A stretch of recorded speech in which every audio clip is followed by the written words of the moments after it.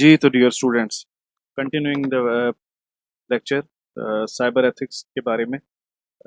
हम लोग बात कर रहे थे कि साइबर एथिक्स जो है, क्या वो अप्लाइड एथिक्स की कोई ब्रांच है या नहीं। चलें इसको देखते हैं। Applied ethics basically unlike theoretical ethics examine practical and ethical issues. ठीक हो गया।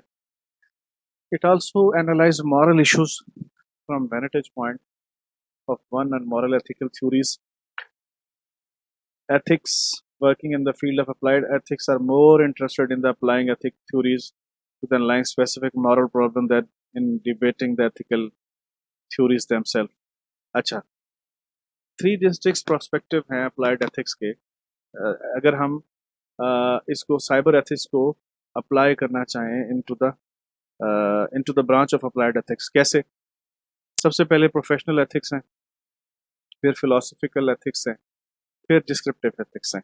ठीक है, इन तीनों एथिक्स को हम डिटेल से देखते हैं। Professional ethics basically focused on ethical responsibilities and standard with specific profession. मिसाल के तौर पे सॉफ्टवेयर इंजीनियरिंग है, साइबर सिक्योरिटी है, आईटी मैनेजमेंट है, नेटवर्किंग है, डाटा एनालिस्ट है, एट्सेट्रा एट्सेट्रा। अब इसके जो अप्लाइड कोड ऑफ एथिक्स है, जैसे डिफरेंट बॉडीज बनाती हैं, जैसे एसीएम है, IEEE है, ISC2 है। इसमें एम्फोसाइज क्या होता है? ड्यूटीज, अकाउंटेबिलिटीज और बेस्ट प्रैक्टिसेस। ड्यूटीज का मतलब ये है कि जितने भी रोल्स हैं उसकी स्पेसिफाइड जॉब डिस्क्रिप्शन। फिर अकाउंटेबिलिटी है कि किन किन KPIs पे इस रोल की परफॉर्मेंस गेज होगी, और उसकी इंडस्ट्री बेस्ट प्रैक्टिसेस हैं जो टाइम टू टाइम अपडेट होती रहती हैं। अगर हम इसके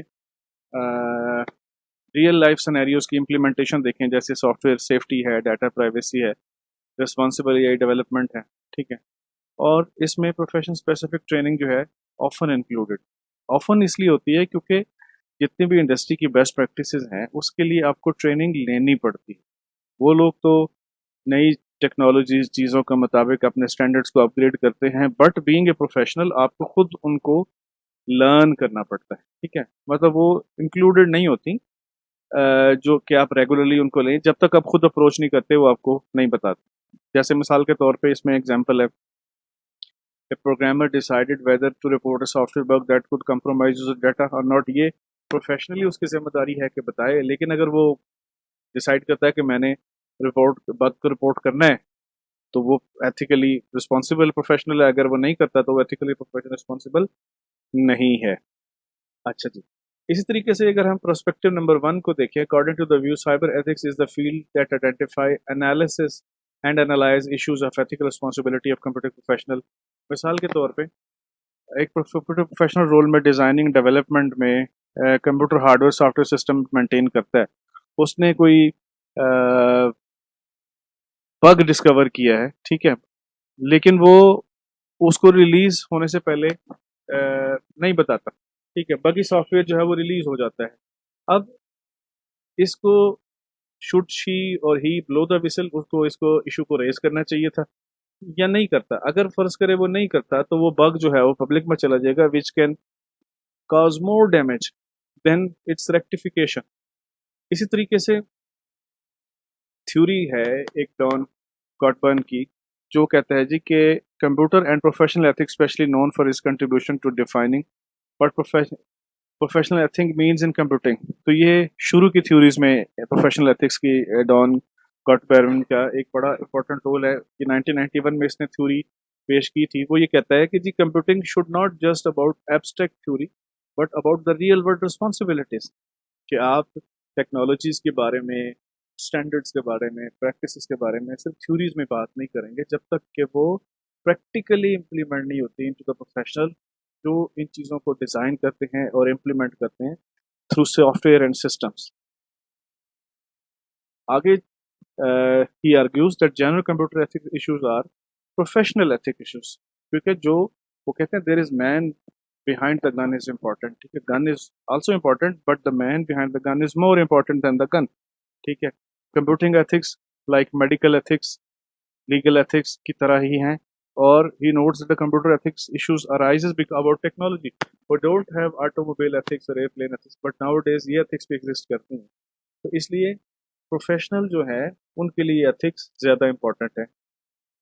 अच्छा, इसी तरीके से अगर हम बात करें क्रिटिसिज्म इस पे जो आता है, वो ये कहते हैं जी कि प्रोफेशनल एथिक्स जो है is grounded the real life role decisions and consequences of computer professional.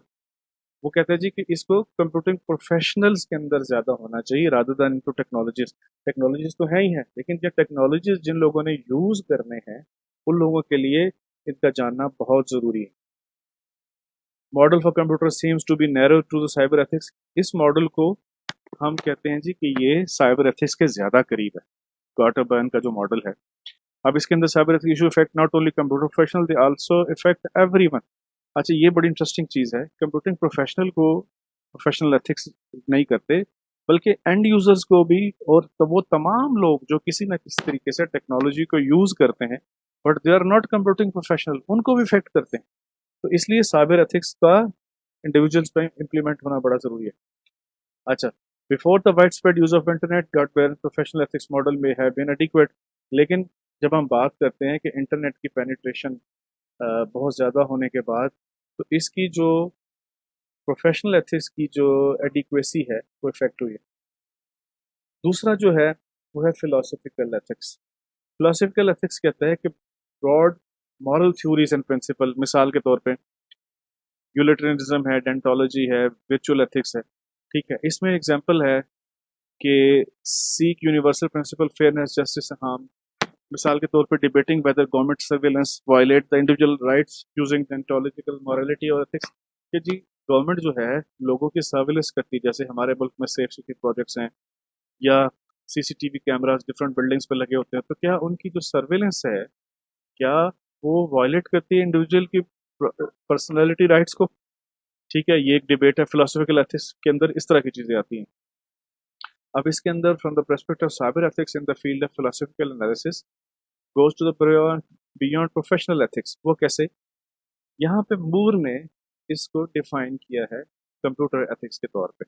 वो कहता है, मूर ने 1985 में ये मॉडल दिया था। वो कहता है the analysis of nature and social impact of computer technology and the corresponding formulation and justification of policies for the ethical issues of such technologies।